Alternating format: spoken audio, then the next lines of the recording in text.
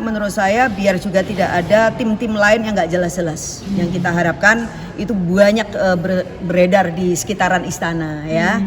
Sebisa mungkin kita harapkan dengan adanya Dewan Pertimbangan Agung ini, ya itulah tempat orang-orang bijak, orang-orang yang punya credibility, yang punya keahlian menjadi negarawan juga diposisikan dan memang ada tempatnya.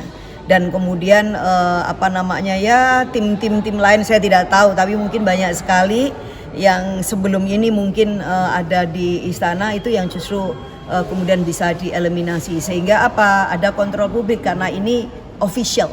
Ya, justru karena ini official ya, jadi ini ada kelembagaannya dan secara konstitusional itu memang diperbolehkan. Oleh karena itu justru masyarakat punya hak juga untuk kemudian memantau, untuk kemudian mengkoreksi kalau memang ternyata ada penyimpangan-penyimpangan yang terjadi. Secara politik akan mudah untuk dilakukan pengawasan.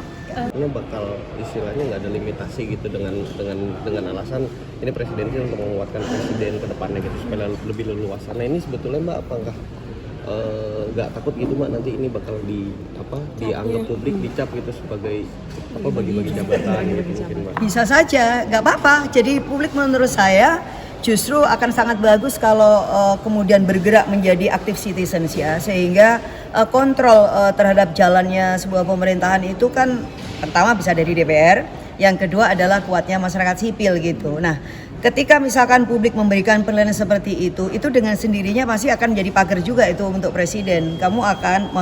Presiden misalnya akan menjauh dari aspirasi publik gitu ya. Walaupun misalkan undang-undang itu menjadikan ruang, tapi kan sebenarnya decision maker itu ada di tangan presiden. Dia mau gunakan ini dengan suka-suka, ya kan, dengan sewenang-wenang, atau semuanya tetap terukur sesuai kebutuhan gitu loh. Kalau misalnya kebutuhannya 20, kenapa harus 50 Mas? Kalau kebutuhannya 15, kenapa harus 30? Tapi kalau kebutuhannya misalnya kok 30, kenapa harus dibatasin menjadi hanya 10? Nah, ini menurut saya the art of leadership juga ya, yang kita harapkan tentu dengan adanya undang-undang ini, satu sisi tidak kemudian membatasin presiden, tetapi tentu dengan kebijaksanaannya ini kemudian digunakan secara terukur. Nah, secara terukur gitu, secara terukur. Nah,